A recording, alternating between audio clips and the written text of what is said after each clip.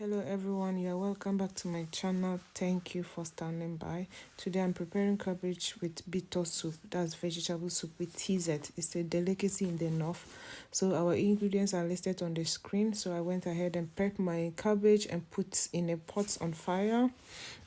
Here I'm showing you the dry vegetables. That is called kenef or hibiscus leaf. You can use either of them. So I soaked mine with hot water. So while that was soaking in hot water, my cabbage was boiling and I needed to add the dry vegetable to the cabbage on fire. So you just squeeze it out of the water and then add it.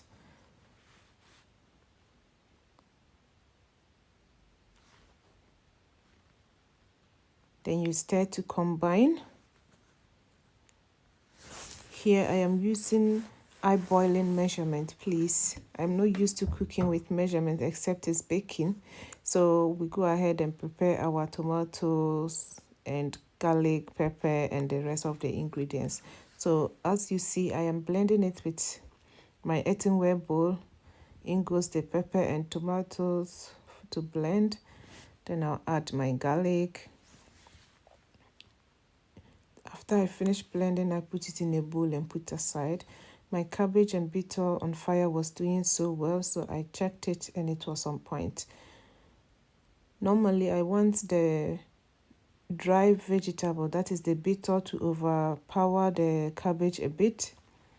And that was why I tasted it and it was okay. So I added my blended tomatoes, pepper, I add dawa, then I added chopped onion, my spring onion, my vegetable broth. You can use Maggi if you want, but today I was just going the vegetarian way or vegan way.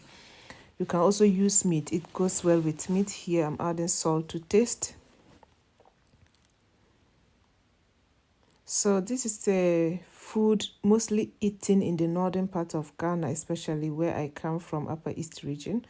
So you leave your cabbage and bitter to boil for some time. Then you mash your raw groundnut paste and pour it inside, stir. Then you allow it to cook for 10 minutes or less, depending on your taste. So here I'm tasting again to see if the salt is in order, and it was perfect. So here we have our soup done. We are going to stir our TZ now. So for the TZ, I needed flour, water, a bowl, a stirring stick, and a wooden fetcher, which I'll show you soon. That's what I mean. It scoops the TZ out of the pot very well. Here I had a little help. He wanted to mix everything, but it was not easy, so I just did it myself. You add water and you mix. Make sure your hands are clean. You can use hand, but I just wanted to use the stirring stick, even though my hands were clean. Then you mix. Make sure the consistency is not too thick. So I went for a middle consistency, which I've just showed you. My water on fire was boiling, so I needed to mix the mixed flour to the water boiling. So to be on the safe side, I normally fetch some water out because it can overflow or become too light, which is not good for stirring TZ.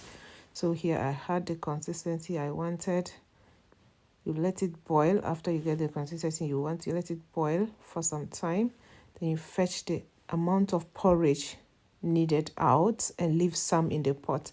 So here, the more your porridge being fetched out, the lighter your TZ will be. I normally go for a bit thicker TZ because of it being vegetable soup. But with okra soup, I go for a lighter consistency. So here, you stir like that and add your flour. Here it spits very well, so you have to be careful. You can see it spitting, so you have to be careful not to burn yourself. I went for oven gloves because the pot was too hot and unstable. Use a pot with handle or a saucepan with handle. Then you stir it in like that.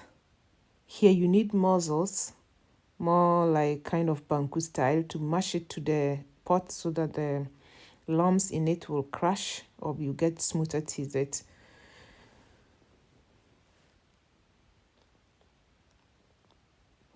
So you do that for some time, then you test the TZ to see by trying to fetch it.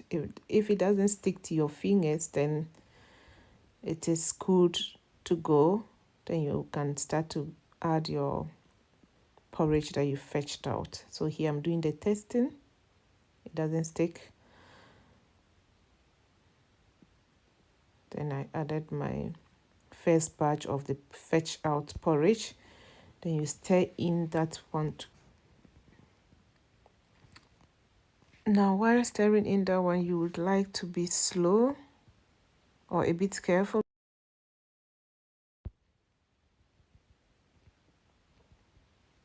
So you do it like that.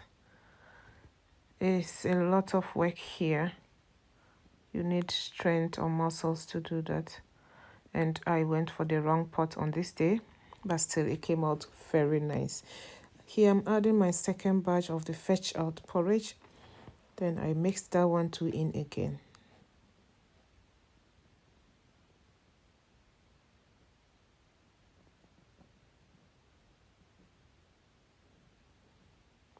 So when it gets to this stage, our TZ is pretty much done. You can be just hoping to sit down and eat it at this stage. So here I am dishing out the TZ from the pot, and I normally use bowls.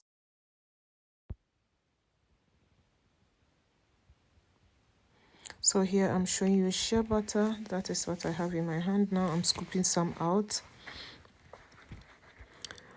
I'm using a very traditional bowl in serving back at home.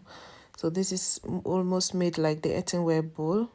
Then I put the shea butter inside, rub it to the bowl base so that it doesn't stick.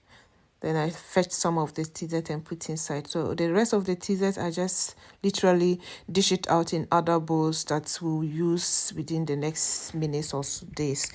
Here I tried the kola nut leaf with TZ. It didn't come out so good, but it was worth it.